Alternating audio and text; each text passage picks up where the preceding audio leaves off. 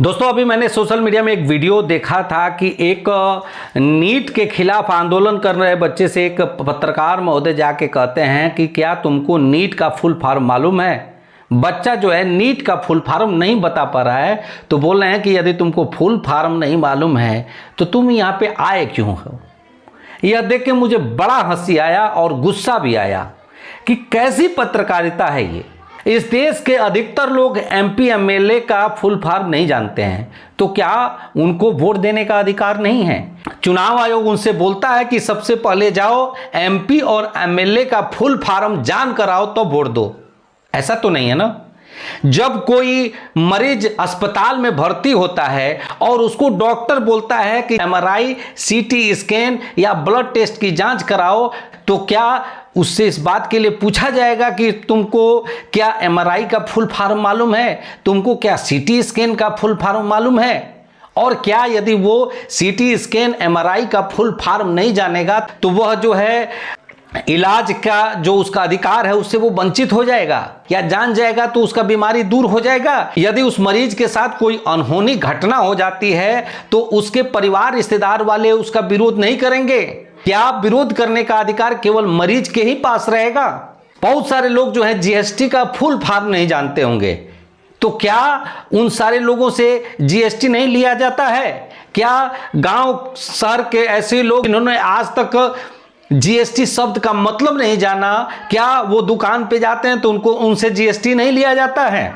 जिस प्रकार से एक आम आदमी को एमपी एमएलए का फुल फॉर्म नहीं जानने पर भी उसे वोट देने का अधिकार है, जिस तरह से एक मरीज को एमआरआई, सीटी स्कैन का फुल फॉर्म नहीं जानने पर भी इलाज कराने का अधिकार है, वो सारा जांच कराने का अधिकार है, जिस तरह से इस देश के नागरिकों को जीने का अधिकार है, शिक्षा का अधिकार है, उसी तरह से गलत होने पे लोकतंत्र में उसका विरोध करने का अधिकार है, आंदोलन करने का अधिकार है। और यह अधिकार हमें कोई अंग्रेजी का शब्द का फुल फॉर्म नहीं देगा, यह अधिकार हमें जो है संविधान ने दिया है।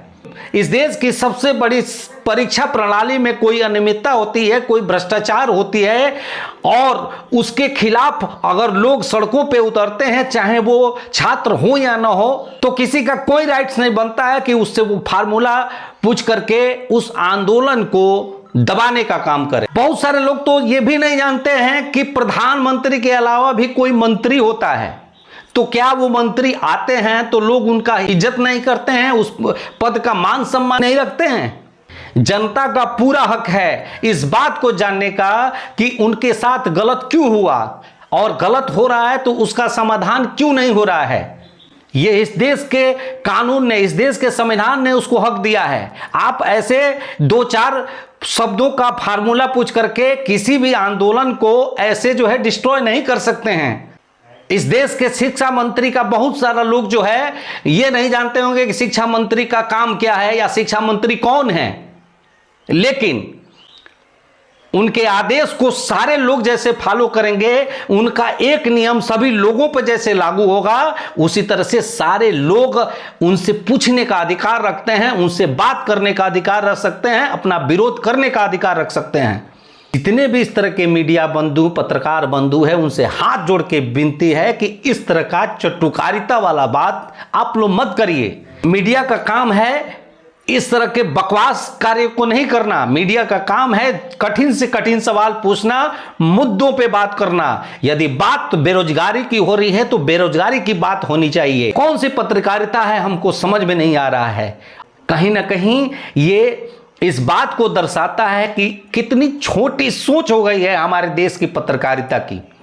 पत्रकारिता, मीडिया हमारा जो है लोकतंत्र का चौथा स्तंभ है। इसको ऐसे आप जो है डिस्ट्रॉय मत करें, बर्बाद मत करें। पत्रकार का काम है सही और सटीक जानकारी देना, सही सवाल और कठोर से कठोर सवाल पूछना, ताकि लोकतंत्र में सुधार हो, ताकि लोकतंत्र की जो अस्तित्व है वो बची रहे, लोगों का जो दुख है वो खत्म हो, समस्याओं का समाधान हो, खुद समस्या नहीं बनना। इसलिए विनती है कि इस तरह का जो भी पत्रकारिता कर रहे हैं अपने आदत से बचाएं और सही और सटीक लोकतंत्र के पक्ष में अपनी पत्रकारिता करें। नेतागिरी और चमचागिरी में नहीं।